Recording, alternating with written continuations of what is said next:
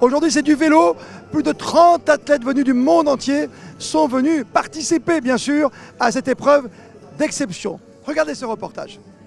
Ils se sont réunis dans les locaux de l'Automobile Club de Monaco. Sportifs de renom, champions de la paix et hautes personnalités, tous sont ici avec un but, promouvoir la paix à travers le sport. Tout le monde va participer à côté de cette épreuve magnifique qu'est le Tour de France pour faire résonner aussi un message de paix ce matin. Le sport, c'est pour tout le monde. Le sport, c'est l'équité devant la règle. C'est un dialogue entre les communautés possibles et c'est un message qui est véhiculé par Peace and Sport à travers ses programmes, mais aussi à travers ses champions, ses modèles. Et donc aujourd'hui, c'est une petite célébration à côté de la grande célébration de cet après-midi.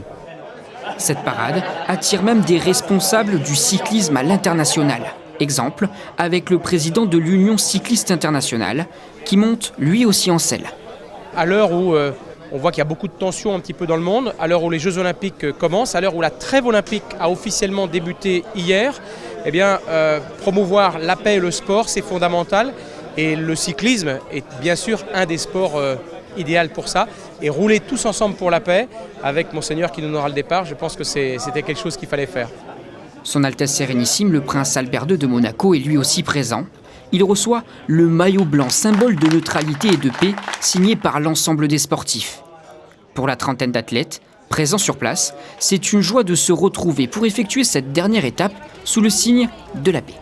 Pour nous, c'est un honneur et un privilège d'être ici au départ. C'est fort en symbole.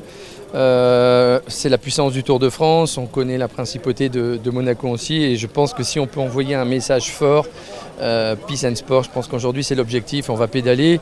Pas pour la compétition, ça ce seront les champions dans quelques heures, mais en tout cas il y a quand même une belle brochette de champions qui est présente ici ce matin et on le fait pour la bonne cause.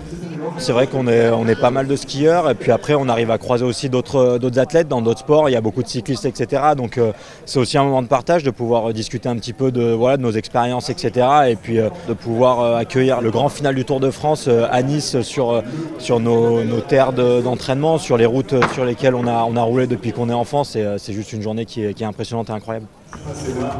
Sur la ligne de départ, les autorités se rassemblent. Christopher Froome, au centre, fait partie de ces champions de la paix, chers à Peace and Sport.